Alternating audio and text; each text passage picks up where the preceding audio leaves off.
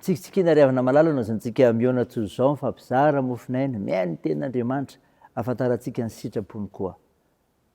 Ao aminareo ny fahasoavana sy ny famindram-po ary ny fiadanana avy amin'Andriamanitra ray sy Jesosy Kristy zanaky indray amin'ny fahamarinana sy ny fitiavana. Amen.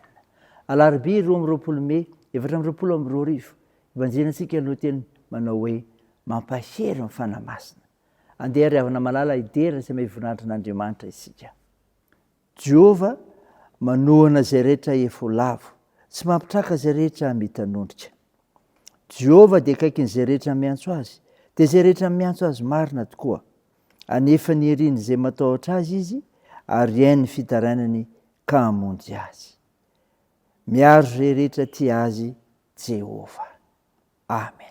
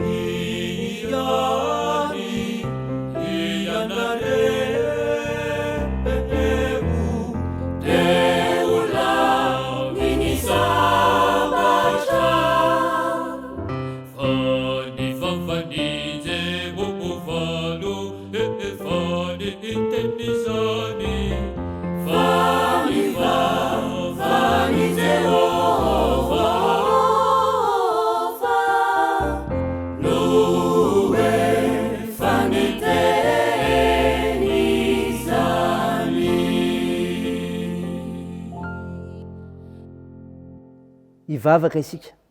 Andriamanitro, Andriamanitra tsy toy ianao, satria Andriamanitra tia monjy izao tontolo izao. Midera sy mankalaza mame voninahitra ary masina izay. Ary dia mahatsiaro ny tenanay koa fa tsy tanteraka Tompo noho ny fahamasinanao. Koa manatonao mpanetreteny izahay, mamindraha fo aminay ary mamela ny helikay.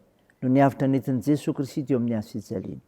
Tompo, hamaky sehan'ny mofinainy izahay, dia taria amin'ny fananao masina mba mantaranay ny sitraponao. Aoka hitombo ny finonainao ilay masina. Anaran'i Jesosy Kristy Tomponay no angatanay sanovanay izany mivavaka izany. Amen. Ny ofinainao antsika amin'ity an'ity ravana malala dia hitanao ao amin'ny filazantsara araka ny Jaona. Jaona 7 ny andiny voalohany ka hatramin'ny 15. Mivaky toy izao aminaran'i Jesosy. Ary nisy fariseo anankiray atao hoe Nikodemosy, mpanapaka tamin'ny Jiosy, izay nakao amin'i Jesosy noho ny alina ka nanao taminy hoe: Raby, fantatray fa mpampianatra avy amin'Andriamanitra ianao, fa tsy misy olona mahay manao izao famantarana ataonao izao raha tsy Andriamanitra ny momba azy. Jesosy namaly ka nanao taminy hoe: lazaiko aminao marina dia marina tokoa, raha tsy ateraka indray ny olona dia tsy mahazo mahita amin'ny fanjakan'Andriamanitra. Hoy Nikodemosy taminy: ataon'ny olona ahoana no ateraka rehefa lehibe? Moa mahazo miditra ny kibon-dreniny indray va izy ka ateraka? Jesosy namaly hoe: lazaiko aminao marina dia marina tokoa, raha misy olona tsy ateraky ny rano sy ny fanahy dia tsy mahazo miditra amin'ny fanjakan'Andriamanitra izy. Izay ateraky ny nofo dia nofo, ary izay ateraky ny fanahy dia fanahy. Aza gaga noho ny lazako taminao hoe tsy maintsy ateraka indray ianareo. Ny rivotra mitsoka amin'izay ity, ary renao ny feony, nefa tsy fantatrao izay aviany na izay aleny, dia tahaka izany izay rehetra ateraky ny fanahy. Amen. Ray Masino, manamasinanay amin'ny fahamarinana, ny teninao ny fahamarinana. Amen. Ry havana malala ho aminao ny fiadanana. Ny mofinaina norenesintsika teo ry havana, dia vakina tamintsika teo ny Jaona 7:1 ka hatramin'ny 15. Dia nanazavahan'i Jesosy ny amin'ny olona ombany fanahin'Andriamanitra. Dia nidinika teo amin'i Jesosy Nikodemosy no andraisantsika fampianarana momba ny asan'ny fanahy masina. Inona izany? Maneho ny lalam-pamonjena. Maneho ny lalam-pamonjena. Tonga nidinika tamin'i Jesosy Kristy andro alina i Nikodemosy. Tsy tafandro mandry no ny fampianarana ataon'i Jesosy Kristy mantsy izy. Ka indro naka-hevitra manokana. Fantatr' Jesosy Kristy ny etaetany amin'ny mpampianatra teo amin'ny Jiosy azy, dia ny anantena andova ny fanjakan'Andriamanitra. Noho izany dia nampianatra azy ny lalana ho amin'ny fandovana ny fanjakan'Andriamanitra Jesosy Kristy, ilay mpampianatra omban'Andriamanitra. Ny olona manana ny fanahy masina dia manoro ny olona mangetaeta ny lalam-pamonjena marina. Ny olona ombany fanahin'Andriamanitra koa ry havana dia maneho ny asan'ny fanahy masina. Maneho ny asan'ny fanahy masina. Tsy azo Nikodemosy ny fampianarana ataon'i Jesosy Kristy. Ndroso nanambara ny asa miavaka ataon'ny fanahy masina eo amin'ny fiainan'ny olona Jesosy Kristy. Raha manaiky iasan'ny fanahy masina ao anatin'ny olona, dia tonga ao amin'ny fahateram-baovao, manana fiainam-baovao, vokatry ny fibebana sy ny fanadiovana amin'ny rano amin'ny batisa.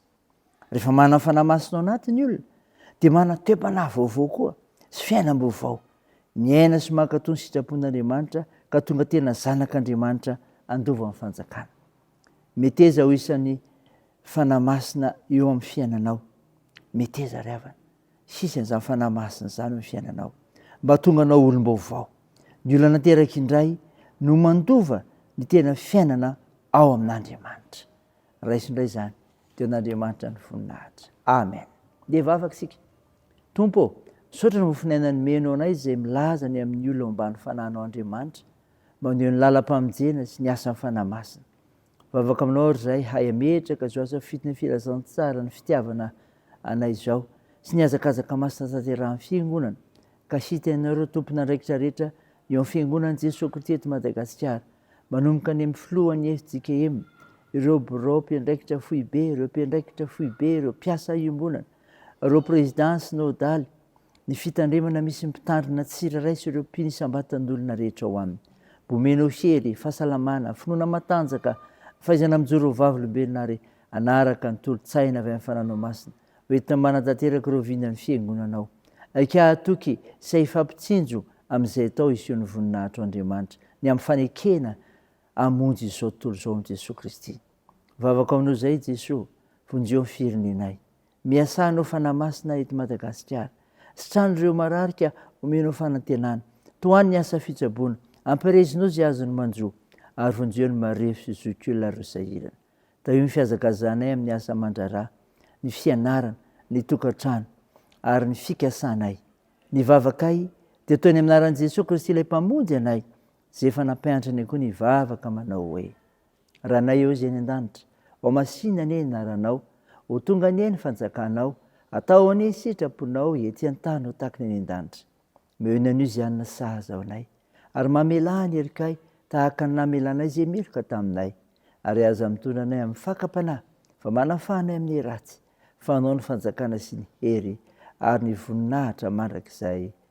Amen. Ray Manamalalaka raisy amin'ny finoana hitsodrana tolotra anao amin'ny anaran'i Jesosy Kristy. Mba ataon'Andriamanitsika ho miendrika ny fiantsonany ianareo, ary ho tanterahany amin'ny hery fakasana tsara rehetra ny asa amin'ny finoana, mankalazanao aminareo ny anaran'i Jesosy Kristy Tompontsika, ary ianareo aminy koa, araka ny fahasoavan'Andriamanitsika sy Jesosy Kristy Tompo. Amen. Dia an'Andriamanitra irery ny voninahitra amin'ny anaran'ny Ray sy ny Zanaka ary ny Fanahy Masina. Amen.